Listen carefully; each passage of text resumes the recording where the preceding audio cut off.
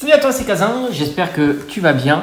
Début de semaine, ça fait toujours plaisir, en plus en pleine période de vacances. Alors j'avais envie de sortir ce petit booster que je trouve vraiment magnifique. Force temporelle, superbe série, même si c'est pas pour tout le monde pense comme ça, mais bon voilà, chacun ses goûts évidemment. On va pas parler de force temporelle. Alors c'est vrai qu'on m'a demandé si je pouvais estimer un petit peu on va dire l'espérance mathématique de EV10, rivalité destinée. En règle générale, c'est assez simple sur ces séries-là. L'espérance, elle est donnée sur deux raretés. Alors, ça peut varier d'une série à l'autre, mais en règle générale, ces deux raretés-là, c'est assez facile. Tu as la SAR, 1%, et tu as la AR qui fait 8%. Tu fais la moyenne des prix, et puis ça te donne une bonne espérance sur ton tirage. Modulo, de temps en temps, quand les full art pèsent un peu plus, par exemple 151, les full art pèsent, mais en règle générale, ça te donne une bonne idée. Et c'est plutôt simple, si la moyenne des SAR c'est 100 balles, ça te fait 1 euro. 1%, 100 balles, 1 euro. Si c'est la moyenne, tu as 200, ça te fait déjà 2 euros, et ainsi de suite. Et après, tu fais pareil avec les AR. Mais je calculerai ça, grosso modo, je prendrai peut-être aussi des full art, même si je ne suis pas certain que les full art impactent grandement cette série-là. J'avais eu bon espoir parce que bon, il y a eu le Pokémon avec le dresseur. Je me suis dit ça pourrait peut-être un petit peu dynamiser la full art, mais je suis pas certain. Bref, on va pas parler de ça. Mais alors franchement, moi les mégas, ça m'emballe plutôt pas mal, surtout s'il y a du méga Absol. Aïe, aïe, une dinguerie. Revoir un petit peu du Absol, ça m'enchante, mais vraiment. Moi, c'est vraiment un Pokémon que je trouve trop souvent absent. Même si on a eu de temps en temps, Zénith Suprême, bam, EV3, bam, bon, on a de temps en temps, mais une grosse carte Absol, ça manque, genre une SAR, méga Absol en version alternative. La dinguerie, rappelle-toi cette carte de XY en promo, avec cette espèce d'espace étoilé, c'était très joli. Bref, mais on n'est pas là pour parler de ça, on va parler justement de EV 10.5. Alors je suis très inquiet pour cette série-là, tu l'auras compris. Il y a eu des ETB vraiment folles avec, je crois que c'était style 3 AR, 2 full art, ce qui est quand même pas facile à faire tomber 3 AR et 2 full art si on estime que le taux est basique. C'est pas facile, mais on doit peut-être être sur du 1%, 2%. Donc ça peut arriver, évidemment. Mais malgré tout, il y a une ouverture de 100 boosters et ça sent pas très bon. Ça sent pas très bon. On attend TCG Player qui va nous donner, voilà, qui sera en fait notre bible du pull rate. D'ailleurs, on les remercie parce qu'ils font un travail de zinzin. Ils font ça en plus très rapidement. D'ailleurs, je vais utiliser ça pour évidemment EV10. Mais EV10 c'est du classicisme, 1% pour la SAR, grosso modo. Et 8% pour les AR. Bon, pour revenir sur 10.5, on sent que le vent tourne sur 10.5 évidemment. Je ne suis pas certain que c'est une série qui va énormément captiver de monde, surtout si le taux de drop sur les AR, parce qu'au final, je pense c'était sur ce paramètre-là. Après, peut-être que c'est les SAR que ça a bougé, parce que c'est vrai qu'il y a eu quand même pas mal de petites SAR qui sont tombées. J'ai vu pas mal de SAR tomber. C'est cool quand tu fais tomber des SAR. Alors on verra encore une fois, est-ce qu'on sera 1%, est-ce qu'il 1 sur 50, 1 sur 70, on verra. Mais bon, on aurait plutôt pensé les AR, une série ludique, et ça semble compromis. Cette information-là semble compromis. Donc c'est pour ça que je te dis, le vent est en train de tourner malgré tout sur 10.5. Et ça se confirme aussi quand on voit, et ça c'est ça qui est intéressant, la période est folle, la période est folle, parce qu'on a un grand écart entre la dispo en boutique, je pense qu'on est tous d'accord pour dire qu'en boutique c'est complexe, et puis au final le prix en revente, ça ne crée pas de la demande en fait, parce que les gens sont blasés quoi. Et de plus en plus. Et tu t'aperçois qu'en préco, tu sais comment ça fonctionne, 10.5, c'est pas ce vendredi-là, mais l'autre. Donc, c'est dans pas longtemps, il y a déjà des ouvertures, beaucoup d'ouvertures, des displays, non pas des displays, des ETB. Moi, je te dis display, il n'y a pas de display sur 10.5, enfin sur les séries 0.5. Les ETB sont ouvertes, les deux, il y aura les deux variantes. Elles sont très belles, évidemment. Et ce qui est intéressant, c'est que, voilà, comme je te disais, les précos, enfin pas les précos, mais le système d'enchères, on va dire, les ventes avant la sortie officielle, eh bien ça s'enflamme absolument pas. Et surtout quand c'est en enchère. Quand c'est en achat immédiat, bon, tu peux avoir des ventes réussies à 100 balles, 105, etc. Souvent, c'est toujours un peu plus cher. Mais en enchère, il n'y a évidemment pas de bagarre sur ces items-là, sur les ETB, qui pourtant, c'est l'item le plus culte d'une série, et encore plus quand on est sur une série .5, puisque série .5, tu n'as pas de booster, pas de display, justement. Du coup, tu te retranches principalement, tu focuses principalement sur le TV, eh bien, tu as des ventes réussies. Grosso modo, on peut donner une fourchette entre 80 et 90 euros. Rappelle-toi quand même, si tu regardes dans le rétroviseur, on était à quoi, 140, 150 euros sur 8.5, on devait être sur 120 euros sur du EV9, et on devait être du 180 euros pour du... Oh, allez, reviens ici. 180 euros, je pense qu'on était par là pour EV10. Bon, EV10, il s'est cassé la figure, tout s'est cassé la figure d'ailleurs, et c'est ça qui est vraiment cool. Ça a créé de la lassitude, ça a créé un marché qui est au fait très déconnecté entre le manque d'items en boutique et la quantité d'items disponibles, mais qui ne crée pas une demande. Parce que s'il y avait une forte demande, les prix monteraient. Et au contraire, les prix diminuent. À tel point que tu peux trouver maintenant des ETB EV9 à moins de 70 euros. Voilà. Donc ça te donne le prix plancher un petit peu lorsque ras-le-bol quoi. Ras-le-bol total sur ces séries-là. On verra EV10 jusqu'à où elle peut diminuer. On verra même EV 8.5, on peut imaginer aussi jusqu'à où elle peut diminuer, parce qu'elle aussi, elle ne cesse que de s'enliser. L'attraction gravitationnelle est forte pour ces séries-là, et donc on n'imagine pas 10.5 éclater une fois que les ETB seront disponibles, parce qu'il y aura évidemment certainement des gens qui vont venir l'acheter pour essayer de faire de la revente à 90 euros, quelque chose comme ça, mais ça va surtout ça va créer de l'offre supplémentaire. J'imagine qu'il y aura évidemment une complexité en boutique sur ça. Après, avec un petit peu de chance, on pourra avoir un stock peut-être un petit peu plus conséquent que ce qu'on a l'habitude d'avoir. On verra. Moi, perso, si je peux en récupérer une des deux, pourquoi pas, hein. Comme j'ai dit, j'avais de la place qui était allouée à la base pour 8.5, que je n'ai pas eu, EV10, que je n'ai pas eu, et par conséquent, j'ai un petit peu de place. Donc, je me dis, à un certain moment, je pourrais peut-être combler cette place.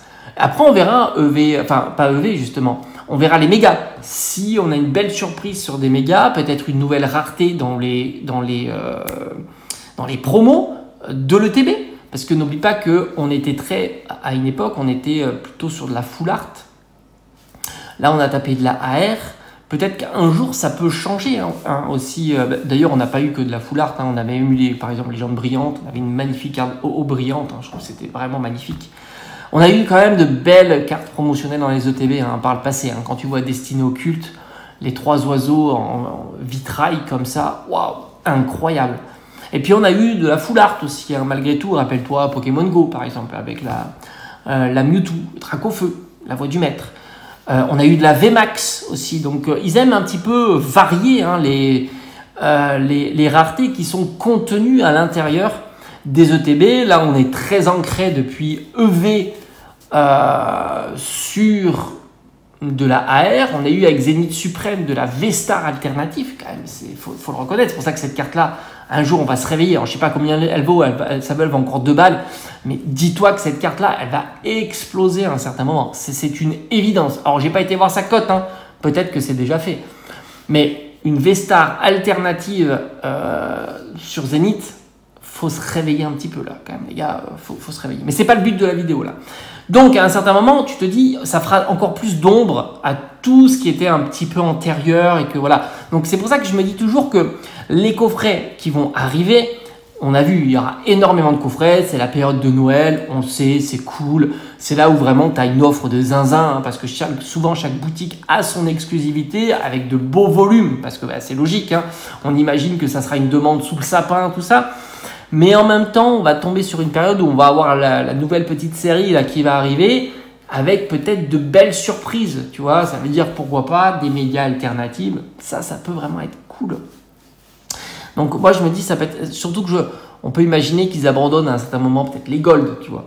Les gold basiques qui n'ont au fond jamais flatté les collectionneurs de cartes, parce que c'est vrai que hormis quelques gold, elles sont en règle générale beaucoup moins populaires. En tous les cas, à moins de 15 jours de la sortie, il y a une dizaine de jours, je me dis, le TB, elle est au ras des pâquerettes en pré-vente, quoi. D'ailleurs, on verra aussi, on prendra la température sur les boutiques indépendantes, mais on le voit, hein, même les boutiques indépendantes, elles ne sont pas sur des tarifs de zinzin sur cette série-là. Et le coup de grâce, évidemment, ça sera les stats de la série. Si en plus, on est sur du full AR un peu tranquille, voilà, des Pokémon qui, dans ton imaginaire, représentent pas toujours quelque chose, il y a quand même de belles cartes, hein, ça, évidemment, dans toutes les séries, tu trouveras des belles cartes. Mais en même temps, si les AR tombent pas si facilement que ça, et en plus, 80% ne t'intéressent pas, parce que rappelle-toi, V10, hein, regarde le nombre de AR, plutôt cool. Hein. Tu as le Ondine, Psycho Quack, Loclas, encore je le fais de mémoire, là, hein, j'ai même pas la liste. Hein. Bah oui, j'ai pas le TB. Miaus, tu rajoutes des Molos. Brazegali. Là, comme ça, je commence à coincer, tu vois. Mais ça t'en fait déjà une belle quantité. Ah oui, Roserade avec Cynthia. C'est plutôt pas mal. Voilà, ça te fait une belle quantité d'AR. Et quand tu vois le ratio de ces AR-là qui sont plutôt demandés, comparativement aux quantités totales d'AR, tu as un beau ratio. Or là, tu peux essayer de faire le même travail, mais du coup, c'est très complexe. C'est très complexe. Donc je me dis, voilà, ça, je pense que ça va être le coup de grâce. On verra comment, encore une fois, quand on va se rapprocher de la date butoir, est-ce qu'on ne sera pas sur une ETB au final, une fois que ça sera vendu en boutique, est-ce que cette ETB-là ne va pas se rapprocher petit à petit de plutôt du EV9 à du 70 €? C'est pas impossible. Après, ça sera toujours le revers de la médaille. Peut-être du coup une série moins stockée, tu connais l'histoire. Hein. Mais enfin bon, au final, pour moi, je considère que stocké ou pas stocké, ça ne changera rien. Les séries, à un certain moment, vont combler leur retard. Le fait qu'elles soient plus en retard qu'une autre, à un certain moment, on va s'attarder sur la moins chère. Hein. C'est toujours comme ça, rappelle-toi, Offensive Vapeur. Les boosters, ils étaient ultra abordables pendant très très longtemps. Puis à un certain moment, voilà, tu comptes parce que les autres sont tellement hauts que il y a un effet comme ça qui pousse. C'est pareil pour EB. C'est pareil pour Soleil et Lune et ainsi de suite, c'est toujours la même histoire. D'autant que, on attend aussi les nouveaux boosters EV10. Et oui, on risque d'avoir du EV10 plastique.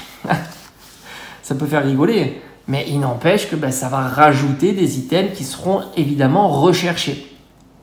Pour moi, comme je te dis, la période est vraiment top. Parce que tu vas avoir énormément de choses, ça tombe à pic en fait. Comme ça, la fin de la hype, moi j'estime la fin de la hype, non pas par la désertion d'items en boutique, parce que ça c'est toujours pareil, t'en mets peu, ça se vend et instamment il n'y en a plus. Ça paraît même aberrant que les boutiques n'ont pas la main sur la possibilité de, une fois qu'ils ont tout vendu, en redemander. Alors moi ça me semblerait tellement évident qu'ils puissent commander de façon entre guillemets illimitée, pour satisfaire la demande localement, que c'est ça cette curiosité. Mais c'est pas ça la fin de la hype. La fin de la hype, c'est le fait que l'appauvrissement en boutique ne conduit pas à un déchaînement sur les achats en ligne et faire monter inexorablement le prix. C'est ça la fin de la hype. C'est-à-dire que les gens se disent « Pouf, j'ai pas en boutique, tant pis. » Voilà. Et du coup, tu vois même en boutique, il n'y a plus de précipitation pour avoir le moindre booster, puisque le coffret Cynthia est un bon exemple, un coffret qui est plutôt bien fourni. Eh bien, pendant quelques jours, il y en avait. Donc, pourquoi il n'y en a plus maintenant? C'est pas parce qu'il a été pris d'assaut, ce coffret, mais juste qu'il a été vendu de façon classique et que les quantités, les volumes sont faibles, tout simplement. C'est un petit peu cette idée-là. Moi, j'attends surtout qu'à un moment, ils nous mettent du volume, c'est tout, et le reste, on s'en moque de savoir. On ne devrait pas se poser la question. Bref, donc je me dis que 10.5, ça va évidemment coincer, et tous les items, on va dire, moins, dont le prix du booster à l'unité sera trop cher, coffret classeur, c'est un bon exemple, tous ces items-là, ça va traîner. Ça va traîner, mais bon, ça ne traînera pas des semaines. Hein. Et je pense que si tu vas tranquillement le soir de la sortie, je pense que tu auras des items, à moins qu'ils aient complètement, complètement loupé les volumes, quoi. Hein, parce que c'est sûr, si tu as 10 coffrets de chaque, c'est pas assez, c'est pas sérieux. Maintenant, si tu as, on va dire, 50 ou 100 coffrets de chaque, 50 sans unité de TB, en plus tu as 2 variantes, 50 sans unité de coffret classeur, coffret tripack, coffret Victini, et ainsi de suite. D'autant que on imagine bien que ceux qui seront plus ciblés seront surtout le coffret Victini, parce que tu as une magnifique AR. Pour le coup, c'est une belle AR, ça, mais malheureusement, elle n'est pas dans la série. Parce que pour le coup, ça, pour moi, c'est une belle AR qui aurait été dans la série, on aurait chassé cette AR-là. Les tripacks avec des AR, c'est toujours cool hein, d'avoir des AR dans un tripack. Moi, j'aime bien ce côté-là, parce qu'en règle générale, les tripacks, ils se full pas, ils te balancent une petite holo. Et même sur les séries .5, alors on a eu quelques exceptions malgré tout, hein, comme Destinée de Paldea. Donc ça, je me dis, c'est pas mal. Mais hormis ça, après, il y aura un peu de flottement. Je ne sais plus s'il y a un coffret classeur, enfin, coffret, oui, classeur, oui, mais coffret poster. Donc ça, c'est moins bien. Voilà, c'est un petit peu moins bien. Après, les mini tin box, avoir le prix de la mini tin box, c'est 12 €. Bon, c'est plutôt pas mal. Hein, ça te fait le booster à 6 balles. Pas mal. Et puis après, évidemment, le bundle, le sacré item où on avait beaucoup misé dessus, hein, parce que tu t'es dit, waouh, il va être explosif. Et au final, il s'est fait claquer sur 151 avec ses reprints massifs. Donc, bundle, ouais, pourquoi pas. Je sais que c'est un item que moi j'aime bien collectionner parce qu'il prend pas trop de place. Je trouve qu'esthétiquement, il est très joli. Hein, un Destinée de Paldea, par exemple, magnifique. Magnifique. Donc, ça, oui, on verra s'il y a de la quantité. Et puis on verra les restocks, parce que restock de EB, à un moment on tournera la page de EB, on attaquera sur des restocks EV, comme on a l'habitude d'avoir. Allez, je te dis à bientôt, bonne chasse à toi, parce que là il va commencer à falloir regarder un peu si tu veux ouvrir du 10.5, parce que là aussi il y aura aussi les boutiques qui, malheureusement, on va dire, laissent courir les items avant la dite date officielle. Donc forcément, s'ils mettent en vente 1 ou 2 jours avant, ne t'attends pas des miracles quand tu arrives le jour J, quoi. C'est toujours comme ça. Bref. Ciao.